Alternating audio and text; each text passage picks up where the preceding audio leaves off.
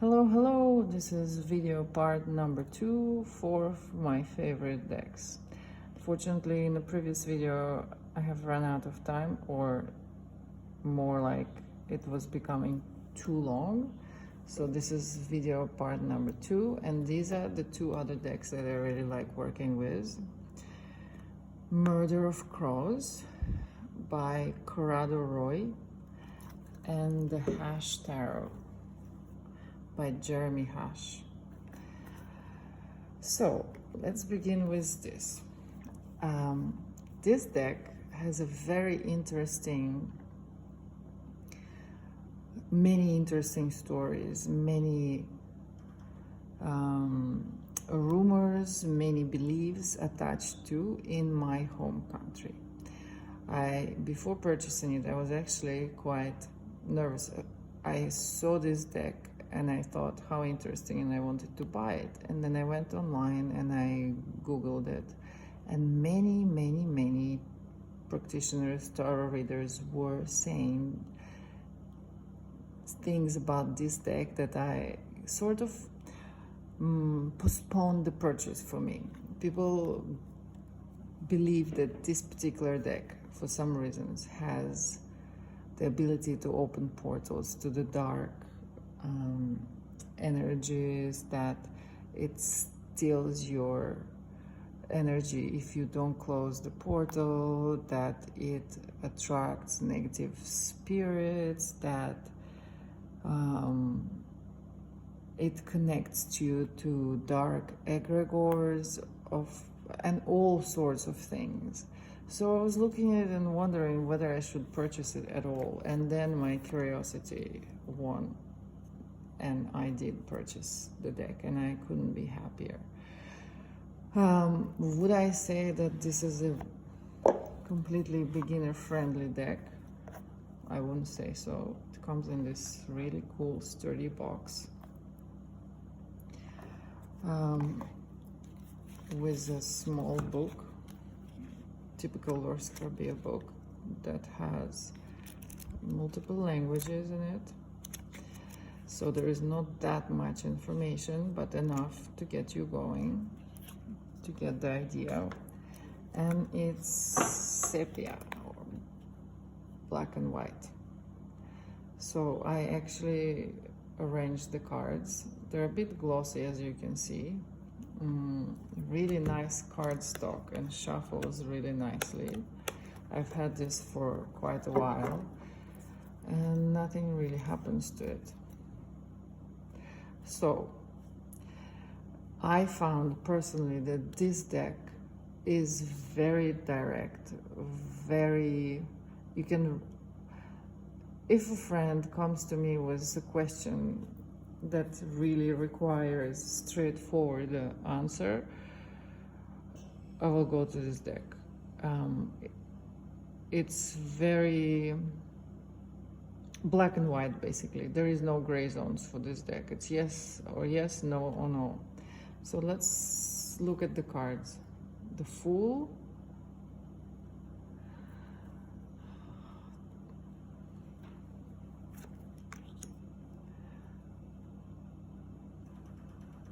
the Magician.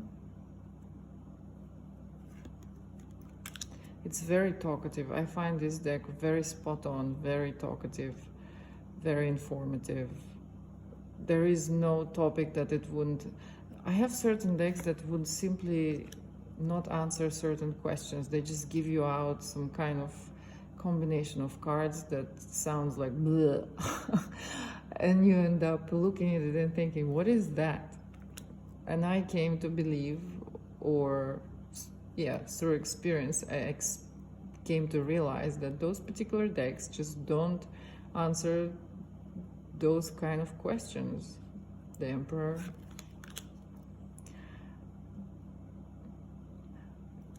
which this deck doesn't really have. It just tells you the way things are. I had interesting readings on this deck, with this deck, for people. I had a woman that was asking whether she should purchase a house that she and her family found in the United States of America. It was an online reading, and the cards that kept coming up were very strange. Cleansing, purifying, and then just dark, weird energy. And so I didn't know how to interpret it exactly, except that I told her that looks like the house will need some cleansing energetically, and that something, it looked like something terrible happened in that house. And so I just told her that, though it sounded insane. I said that looks like the house might be haunted, and looks like someone either died there or committed suicide or was killed, and I was not sure. And so I asked her whether she ever, was the house new, or if she ever, was the house newly built, I mean, or has she ever looked into history or asked or Googled about the history of that particular house. Obviously, if you're buying through the agent, they won't tell you things like that, but actually if you ask them, it might happen that they have to answer. So I don't know how she found out. She told me that when she did the reading for herself, asking an oracle deck about that house and whether they should purchase it, she got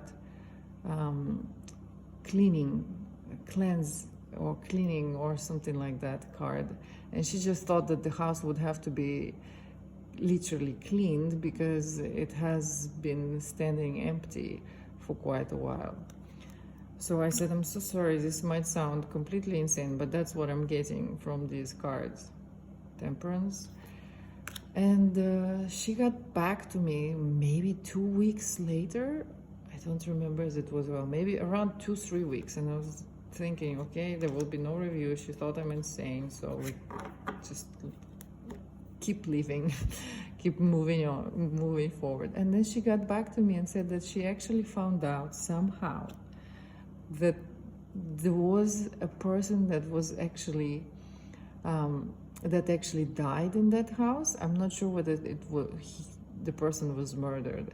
And then she took a priest in there, and they had the whole cleansing ceremony. And when they had a cleansing ceremony, she said she really didn't feel very good in that house, and she ended up not buying it. So the reading was done with this particular deck, and honestly I was amazed at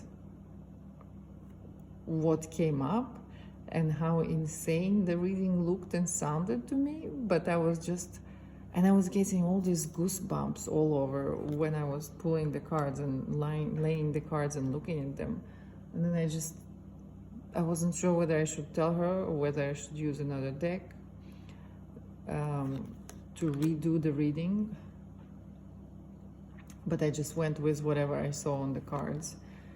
And it turned out to be kind of what it was. So I really like this deck. Some people feel that it's a bit creepy. I honestly, personally haven't found any of those rumors to be true from my home country, that it opens up creepy portals and attracts creepy energies. I feel it's exactly what you're getting, very black and white, no sugarcoating, and the deck is quite honest and responsive and talkative. So I really like it. I work with it a lot. Now, some people don't like the colors, and they like vibrant, happy colors, and obviously there is a mood. There is certain types of people that I wouldn't use it for. There are days when I wanted to know something for myself, but I would rather go to a deck that is a little less, it's not holding a whip. But it's nice to have this when I want to know yes or no, without, well, you know, there is this and there is a little bit of that and there is a little bit of this, so maybe when I don't want to go round and round and round and round, I go to this deck.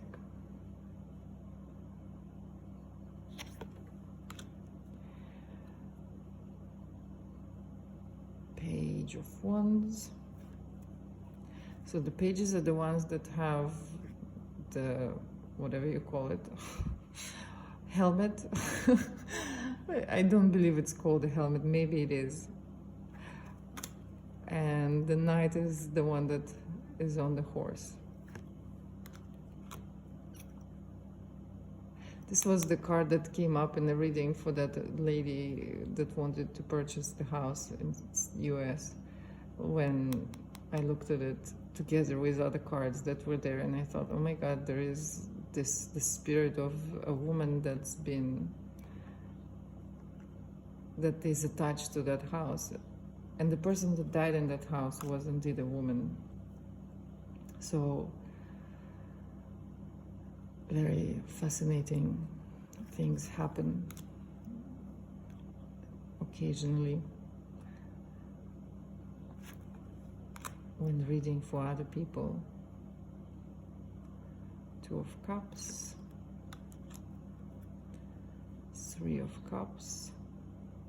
Actually, English being my not even second, third language, but yeah, second language. For quite a while I was not aware that murder of crows just mean a flock of birds, these particular ones. I thought that it was talking about crows being murdered. A good friend from UK has opened up my mind and taught me some details about this particular language. That was interesting to find out. Five of Cups. I like this Five of Cups because a lot of times, I mean, all kinds of different meanings, obviously, but a lot of the times the Five of Cups can be read as grief, but this person literally looks like he's been drinking a bit too much and going into the negative, depressing mood, and there's a little bit of self-pity. And looking at this card, you feel like, well, drop the bloody glass and stop drinking, get up and go notice that you have few other cups behind you that are full. So this card for me kind of shows the personality of this deck. Get up. Stop whining. Six of Cups. 7.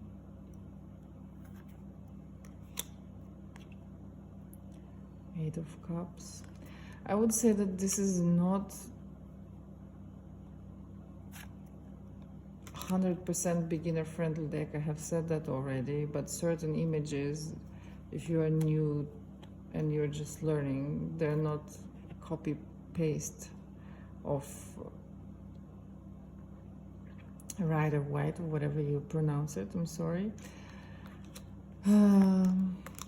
So if you're just beginning, it might be a little hard. And also maybe when I just began reading the cards, I really enjoyed and appreciated the color and the original symbolism that comes with Rider-Waite Smith. So I would say that it's good to have the second or third deck, but maybe not one and only, because you want to get to those images, you want to get to those original, well, I did at least, images, to have them burnt in your memory, because at times certain decks just go so far out with the imagery, and that's not a complaint.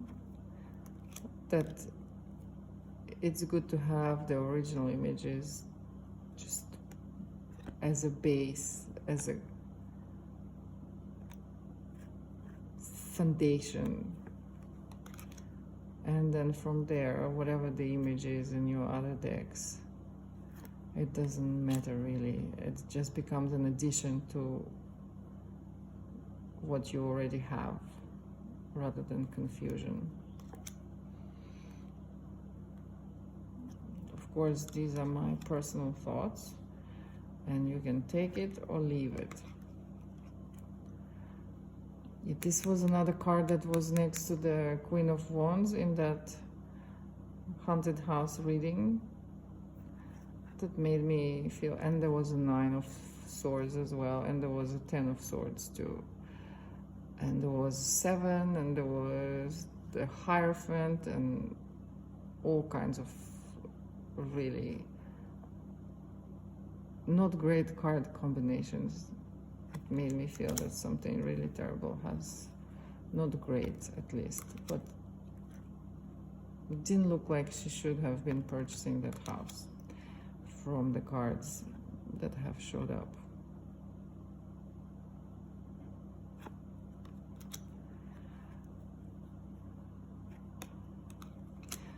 It would be interesting to know what other people's experience is with this particular deck.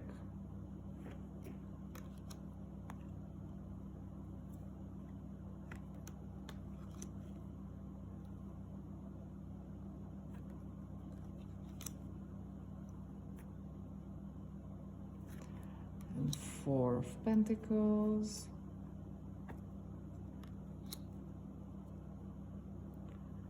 5 of Pentacles. 6.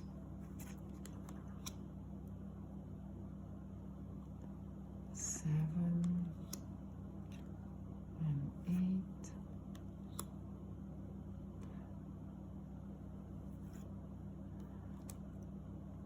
I live in Bali. I've been here for 11 years, and the colors outside are so vibrant. The sun is shining. It's always full of people on holidays, and sometimes senses get overloaded. You get tired of the constantly being bombarded with color and noise, and this deck is very good for me when I want to rest my eyes from all the sensory overload. Let's have a look at the way this deck shuffles. I really like the feeling of the cards. The thickness, I would say it's on the thick side. I like the feeling of the cards in my hand. Shuffles really well. I don't have any complaints.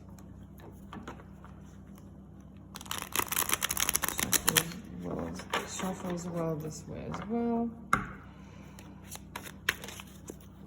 Let's pull a card or a few cards and see how it will look in the spread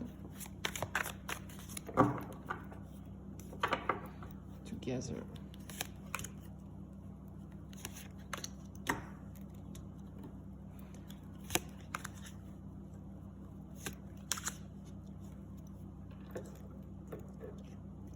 I think this is a lovely, great deck. Again, I'm not sponsored. This is my personal opinion. And since this Queen of Wands has came back to us, let's read a little bit.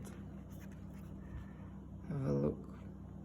A savage, unbound beauty in love with all that is lush and alive. She demonstrates the wonder to be found in experiencing the world with all her senses and never apologizing for her intensity. Her charisma is intoxicating and her speech is direct and uncompromising. Hear the crunch and crack as she uses her staff to tear away the brambles that attempt to block her path. If she let such petty inconveniences slow her down, she would never have become queen of this realm. The wise learn to follow her lead, bowing to her incredible will. keywords: the life of the party, incomparable charisma, intense focus, a flair for drama. So you get the idea. There's little text and some keywords for each card. And let me know what you think. And this has been 20 minutes, so I think I'm gonna record the part 3 video for Jeremy Hash Tarot. And this would be all from me. Thank you guys for watching, and have a lovely time of the day.